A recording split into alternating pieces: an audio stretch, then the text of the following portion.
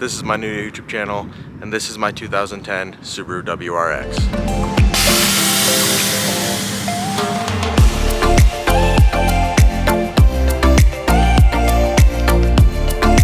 I just wanted to start out my channel here with a video just kind of overviewing what I want to do with the channel, what's done to my car right now, and what the plans are for it, since this channel will be obviously an automotive channel. And just want to go over everything real quick over my car and the plans for this channel and what we're going to be doing to this Subaru here behind me. So starting off here, we're just going to go over the car. This is a 2010 Subaru WRX hatchback. It is a narrow body. I decided that I'd work with what I had here and make the best, coolest narrow body that I possibly could. This is where we're at after about 3 years of work. I've done almost everything on this car myself from the time that I think I got this when I was 17 to now. So yeah, we'll start with the exterior of the car here, going over just a few things. My buddy gave me some Legacy GT mirrors, so I went ahead and swapped the bases on them, got them to work on here. They got this cool black pearl paint. So mirrors are a little bit different. Most people run the STI mirrors. On from the mirrors to the tint, a lot of people ask me if I get pulled over for the tint. No, I have not yet, but it is Omnique Neo Silver tint all the way around, as you can see in the back here and everything, and on the windshield. So yeah, that's the tint. Going over a few cosmetic things here. The roof is wrapped gloss black, just to make it real clean. I have a blacktop Aero carbon fiber wing here in the back. The sides are fiberglass, so it's just the blade that's carbon on this one. Just felt like it kind of made the car look a little bit less of a mom car. Moving along to the hood, I picked up this blacktop Aero carbon fiber hood from a guy on Marketplace for $650. It's got a few scratches here and there, but while the car is going through its next phase, I'll have it re-cleared and fix all that issues. While we're in the front of the car here, going over here, paint matched the centerpiece on the grille and added the JDM Impreza logos, since this is back when they still were Imprezas. Blacked out headlight housings, so you can see. Wrapped these guys here black just to make those kind of pop out a little bit more, add a little bit more aggressiveness. Black front lip, it's just the eBay lip. A lot of people don't make parts for these cars, so it's really hard to find body parts and stuff. While we're on body parts here, these are just some eBay side skirts. Planning on getting rid of those soon after the next set of engine modifications that the car will be getting. Over here we have my wheels. These are 18 by 9.5 GMR 06s. These are also going to be going away soon, but for now they fit the car really well. The rear of the vehicle here, we've got the Cobb license, or not license plate delete, but wiper delete, just to kind of clean up the back window there. We have ISR blast pipes coming out the back here. This thing sounds super crazy. It's definitely one of the rowdier Subarus I've heard. But yeah, I think that kind of sums up the outside for visual modifications, I guess you could say. Not exactly, obviously the car is on airlift. All the suspension for the most part besides the bags is stock, so I guess you could count that as a aesthetic modification. So now we'll go ahead and check out the inside of the car here. I don't have many interior mods, but I do have a couple. Obviously we have this Vertex steering wheel here with the NRG quick release and short hub. You sit in the car here. So we got oil temperature gauge, AFR gauge, and then a boost gauge, just to keep everything figured out. When I first got the car, I wrapped all this in like red carbon fiber, and it's kind of faded over the years, so eventually I'm going to get rid of it. They make this piece in carbon fiber, actual real carbon fiber, so I'm going to replace that eventually, since it doesn't go up onto the doors or anything. But as for head unit here, I have the iDoing Android head unit, so it's got Apple CarPlay and all that stuff. Got my airlift controller mounted right here. It's basically it. Shift knob, obviously, nothing special there.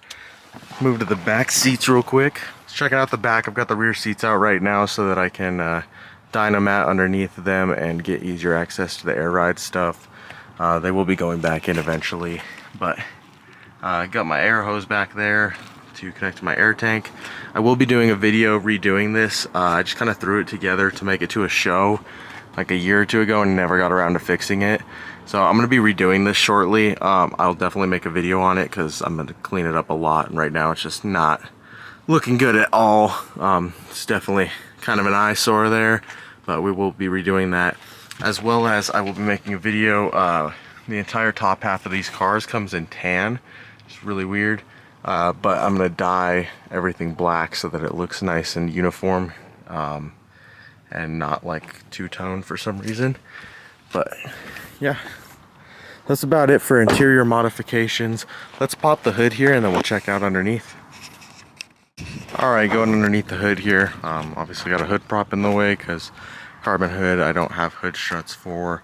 I'm going to try and figure out what weight I can use because there is some holes drilled for it, but the stock ones are just too much. Anyway, moving along. First thing you'll notice here is some cardboard. Coming home from a show and it started to rain, and I don't have wheel wells in it right now, so had to figure something out going down the road. So that'll be fixed eventually. But well, I guess we'll start out here over by the intake. We have the Cobb SF intake here, which connects to a turbo inlet pipe. My turbo is basically a VF48 with a VF52 housing on it. Put it together myself. It seems to be working all right. No issues there really. Have the Grimspeed wastegate bracket there to hold the wastegate closed because it is externally gated. It's kind of hard to see down there, but I have a tile 38mm external wastegate. It dumps right above the axle, so this thing does sound pretty rowdy when I get on it. But staying in this area, IAG Street air oil separator. Make sure to keep the valves clean and all that. These engines aren't the most reliable. I've definitely done head gaskets already, as well as timing. When I did the head gaskets and got in there and did the timing, I replaced the timing belt with a Gates Stage 1 belt, as well as did brand new OEM head gaskets, cleaned everything up, replaced all the gaskets, and then did ARP head studs. So the block is studded. So that kind of helps it hold a little bit more boost and stay reliable. Stock intercooler here. Young me thought it would be cool to paint that flag on there, so that's why that's there. Has a Turbo XS hybrid blow-off valve there. That was probably, I think, the first modification that I ever did to this car. Wish I did some more research because recirculating blow-off valve would have been better, or a bypass valve, I mean. So the car is on an Aeromotive fuel pressure regulator. The stock one went out when I did all the power stuff and was causing me to cut fuel under high boost, so got rid of that, replaced that one with the Aeromotive. So that's why we've got that there. So we've got a pseudo catless downpipe that goes to an NVIDIA N1 race, and then obviously I took the muffler off and put the ISR blast pipes on the back there. So this thing is fully straight piped. It does have unequal length headers down there.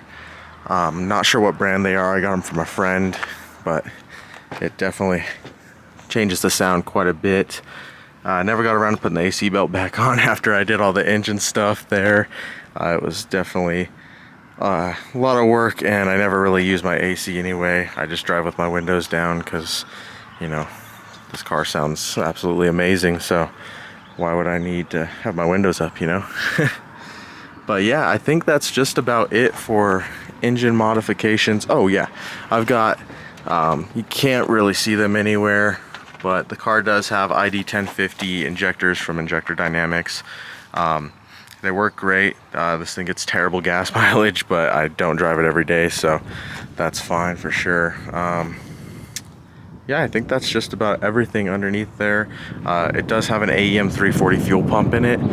I haven't had the car dynoed, but it makes roughly 380 to the crank, not to the wheels. So it's fun enough to, you know, drive around and have a little bit of fun, but it's definitely not fast by any means. It's just quick, I would say. But yeah, that's just about it for everything on the car. So let me change the camera angle here and we'll talk about what the plans are for the channel and the vehicle. Alright, so hopping into what the plans are for this channel and the car here. So obviously this car is going to go through a lot of changes in the next year. I'm running it to every show basically that I can this summer. And then after this summer the car will be coming apart completely. I have a LS3 that will be going in the car, 6.2 liter V8. It's technically out of a GMC Yukon. It's an L92, but it is still an aluminum block, so I guess technically it's still an LS. But anyway, the car is going to make a lot more power and it will have a lot of changes that go with that swap. Obviously the engine will be changed. My buddy Blake is going to help me build the engine. It's at the machine shop right now and we've got all the lower end parts built for it, or on the way for it actually. So big thanks to Boost Loading Performance for helping me get all those parts as well as the block. So that's at the machine shop. It's getting a 4-inch stroker crank, so it should be a 416 stroker by the time it's done. It should be higher compression, and we're also turboing it, so it should, hopefully the goal is make about 1,000 wheel. Obviously with how light this car is, it's not going to grip up, so we won't run it at that all the time. But it will be nice to, you know, be able to say I have a 1,000 wheel horsepower V8 Subaru. So that's the biggest thing. That's the biggest reason I made this channel, is I really just wanted to be able to document that, because doing the research for this swap, there's really nothing on YouTube about how to LS swap a Subaru. I mean, it's kind of a different thing that a lot of people haven't done. There's a few Facebook groups and stuff, but it's just not, there's no in-depth videos or anything on how to really do this. So I figured while I'm doing this, I might as well record it and make some videos on how to do it, and, you know, just have you guys come along with me for the process of this crazy journey that we're about to go on. So I have no clue how long the car is going to be down for. Obviously this is going to take a lot of money. Like I said, I already have the engine for it. We're building that. We're going to do videos on putting that block together, obviously. The machine shop's like 3 weeks out, so hopefully soon we should have it back and be able to put together the short block. I do have the transmission. We're going to be running a CDO9. I accidentally bought a CDO1. I didn't realize that there was a difference between them, so we might run a CDO1. If I can find a good deal on a CDO9, I'll definitely swap it out and trade that. So I'll let you guys know if I find one or pick one up or anything. And then we have an R200 diff, which is also out of a 350Z. So it'll definitely be cool. It'll be a 6-speed manual, turbo, standalone ECU. Kind of got all this stuff planned out already, but you know, it's just a matter of getting it all done. So that's really why I wanted to make this channel. Just to document that process while we do this crazy swap in this car. It's gonna be super cool. Me and my buddies are super excited to start it. I literally would tear this car down tomorrow if I could, but I need to run it for at least one more season. You know, I feel like while it's in the summer and I don't have the engine together yet, might as well take it to as many shows as possible. You know, get the word out there and, you know, share what I'm doing to this car with everybody. So just figured I would make it so that everybody can follow along and, you know, join me on this journey. So that is what the plans are for this car. Obviously that's not going to be the only things I'll film on this channel and post. I will post other stuff. Not really sure yet. Like I said, I'm going to redo the air ride. A lot of the content will be of this car. There will be some content from like streetcar takeover, stuff like that my friends go to. I mentioned Boost Loading Performance. Some of my good friends work there, actually own it, I mean. And then other friends that are related to them live here, who is helping me build the engine. And they all have some crazy cars. One of the guys has a 1,300 horsepower Blazer that he's putting an LSX into right now. And then the guy who's helping me build the engine has a G8 that is basically really close to the build that I'm doing for this one. It's just not stroked, different cam. I'm buying his turbo off of him when he's going bigger. So that will be definitely really cool to have him help me out with it, and I'm super grateful that he's down to do that. So, but yeah, that's just kind of wanted to go over everything, what this channel is going to be, what's done to my car now, so you guys can watch the progress as I change things and build this car. So thanks you guys. Make sure to like, comment, subscribe if you want to keep along. I'll put my social medias in the description of my channel so you guys can follow along there. I'll post smaller stuff on there, but this is where all the big detailed stuff will be, in-depth installs and, you know, the long videos pulling the engine and building stuff. So yeah, thanks for watching. Have a good one, guys.